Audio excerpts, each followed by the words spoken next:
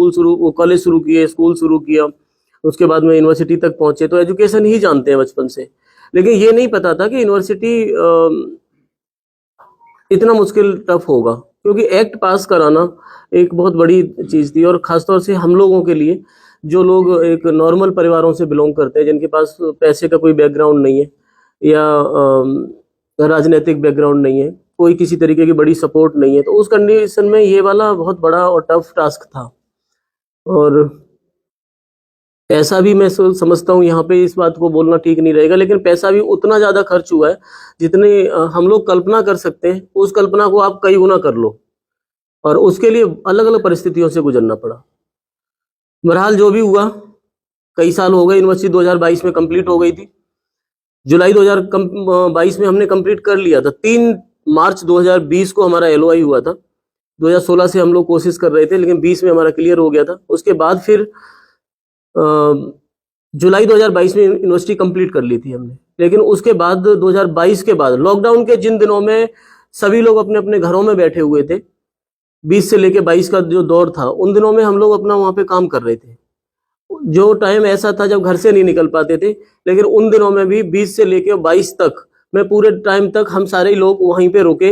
Labour के लिए मैंने अलग से परमिशन DM से ली, शासन से परमिशन ली, नेपाली लेबर लाके उनके लिए रहने का इंतजाम किया, उनके खाने का इंतजाम करा।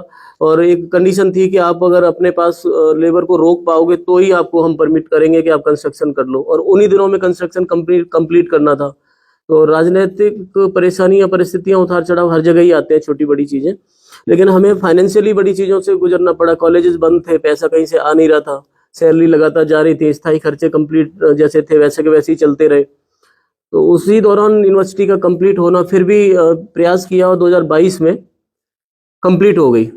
2022 में कंप्लीट होने के बावजूद भी 2 साल और लग गए।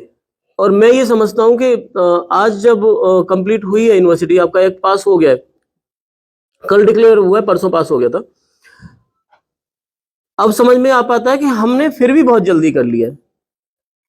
मुझे वहां पे सचिवालय में कोई एक शब्द कह रहा था उस दिन, उन्होंने कहा कि योगेश भाई, मैंने ये कहा कि मेरे हालात तो बड़े खराब कंडीशन से गुजर रहे हैं, बैंकों का प्रेशर इतना ज्यादा है, जो मैंने पैसा ले लिया है बैंकों से, कि मैं उनका इंटरेस्ट भी नहीं भर पाऊंगा अगर लेट और ज्यादा हो गया तो उन्होंने कहा कि आप अभी इतिहास निकलवा के देखो, शायद फर्स्ट फेज की यूनिवर्सिटी, सेकंड फेज की यूनिवर्सिटी तो कई बार जल्दी हो भी जाती है, जो कॉलेज चल रहे हैं उन्हें यूनिवर्सिटी में कन्वर्ट होने में। फर्स्ट फेज की कोई भी यूनिवर्सिटी 10 साल से 15 साल खा जाती है। पहले LOI होता है, फिर कंस्ट्रक्शन, और फिर उसके बाद में एक्ट पास होना। आप शायद इंडिया में फर्स्ट होंगे, पहले पर्सन होंगे जिस पर्सन ने 4 साल में कंप्लीट करके और रन कर लिया यूनिवर्सिटी। तो वो काम बहुत बड़ा था। बस ऊपर वाले की कंडीशन रही, सहयोग बहुत रहा, सभी लोग भाइयों का, साथियों का बहुत सहयोग रहा।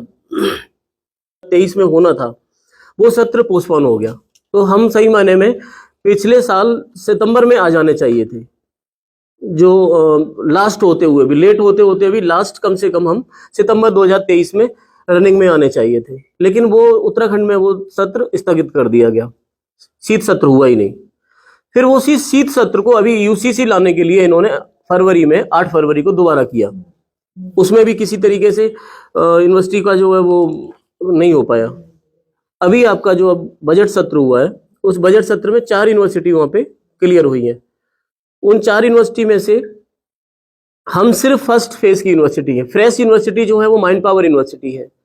3 यूनिवर्सिटी, DB ग्लोबल, माया देवी और मंजिरा देवी, ये तीनों के तीनों कॉलेज हैं जो बहुत सालों से पहले से चल रहे हैं, उन्हीं को यूनिवर्सिटी कन्वर्ट किया गया है। और full flash university, fresh university mind power education, sorry mind power university, mind power education society की माइंड पावर यूनिवर्सिटी। और एक अच्छी अपॉर्चुनिटी की कंडीशन ये रहेगी कि हम यहाँ से उत्तराखंड, जहाँ से कुमाऊं शुरू होता है, उसके लास्ट तक कुछ यूनिवर्सिटी जो पहले से चल रही हैं, उन्होंने फीस की कंडीशन बहुत बड़ी लूट मचा रखी है। हम बिल्कुल नॉर्मल कंडीशन पे भी अगर चलेंगे तो यूनिवर्सिटी को अच्छा रन कर पाएंगे। एक यूनिवर्सिटी है हमारे बगल में, अब नाम पता नहीं मीडिया में लेना चाहिए कि नहीं लेना चाहिए, लेकिन उनकी फीस जो है BA की 1,10,000 रुपये पर ईयर की है। BA की फीस है ये। BTech जो है वो 193 लेते हैं। वो ऐसी बहुत हैवी मतलब फीस रखी हुई है जिनके ऊपर, तो मुझे, और उसका रीजन ये है कि उनका एकाधिकार है, वो मोनोपोली है, कोई था नहीं। तो इस वजह से आपको माइंड पावर को एक अच्छा फील्ड मिलेगा, काम करने के लिए चांसेस अच्छे मिलेंगे और लोगों के लिए बहुत अच्छा होगा। अभी हम अपने यहाँ पे घर पे बैठ के बात कर रहे हैं, पहाड़ों में वास्तव में बहुत ज्यादा परेशानियां हैं। वहाँ इंडस्ट्री नहीं आती है और कोई ऐसे रोजगार के साधन नहीं है। लोग वहाँ से छोटे छोटे कामों के लिए दिल्ली में, बड़े शहरों में पलायन करते हैं, घरों में काम करते हैं जाके। औरतें झाड़ू पोछा करती हैं, लोग किचन में काम करते हैं। पहाड़ों में कोई है ही नहीं रोजगार किसी भी तरीके का। हम लोगों ने पहल तो की है वहाँ पे, और मुझे लगता है कि शायद हम अच्छा कर पाएंगे। और अच्छी बात यह है जो पूरी हम लोगों की पूरे के पूरे लोगों के लिए और बाकी के कंट्री के लिए अच्छा क्या है, नैनीताल में सिर्फ घूमने जाने के लिए 20-30 हजार रुपए खर्च हो जाते हैं। आपकी यूनिवर्सिटी वहां पे जो बच्चे पढ़ने जाएंगे वो ऐसी जगह पे रखेगी जिस जगह जो इंटरनेशनल टूरिस्ट प्लेस है, बीमारियां होती नहीं है वहां पे। अभी मुझे कोई वहां पे बता रहा था कैंसर फ्री जोन है, वो कैंसर ही नहीं होता है वहां पे। टीबी के इलाज के लिए पूरी इंडिया से, पूरी दुनिया से एकलौती एक नैनीताल ऐसी जगह थी जो हम 70 और 80s के दशक में डॉक्टर ये कहते थे कि अगर इसको टीबी है तो इसको नैनीताल भेज दो 10 दिन के लिए, तो वो टीबी अपने आप खत्म हो जाती थी, वो बीमार कोई होता नहीं है। ऐसी जगह पे आपकी यूनिवर्सिटी है जिस जगह पे लोग केवल एक सपना देखते हैं कि मैं रिटायर हो जाऊंगा तो एक कॉटेज बना दूंगा। तो पूरे देश में आपकी यूनिवर्सिटी आने वाले टाइम पे एक यूनिक होगी। और एजुकेशन के लिए हम लोगों ने एक अच्छी कंडीशन की प्लानिंग की हुई है। कोशिश ये होगी कि हम ये है अम्ब्रेला एक्ट बना दिया उन्होंने, यानी कि पूरे उत्तराखंड के लिए हर यूनिवर्सिटी के लिए एक ही एक्ट होगा, कोई दूसरा एक्ट अलग अलग इम्प्लीमेंट नहीं होगा। जैसे यहाँ हमारी यूनिवर्सिटी जितनी है ABCD, अगर 10 यूनिवर्सिटी है तो 10 यूनिवर्सिटी का संविधान अपना अपना अलग अलग होता है। तो उसके बाद एक्ट पास होने के बाद भी आपका जो संविधान से एक्ट पास होने के बाद फिर गवर्नर हाउस में प्रॉब्लम आती है। लेकिन अब वहाँ ऐसा कुछ नहीं है, वहाँ एक अम्ब्रेला एक्ट पहले से ही बना लिया गया है। तो अब एक्ट पास होना ही यूनिवर्सिटी चालू होना है, यानी कि आपका एक्ट कल क्लियर हो गया और अब जो गवर्नर हाउस में केवल फॉर्मेलिटी के लिए लेटर जाएगा तो 1-2 दिन में आएगा और 1 तारीख से हम लोग जो है वो एडमिशन स्टार्ट करेंगे।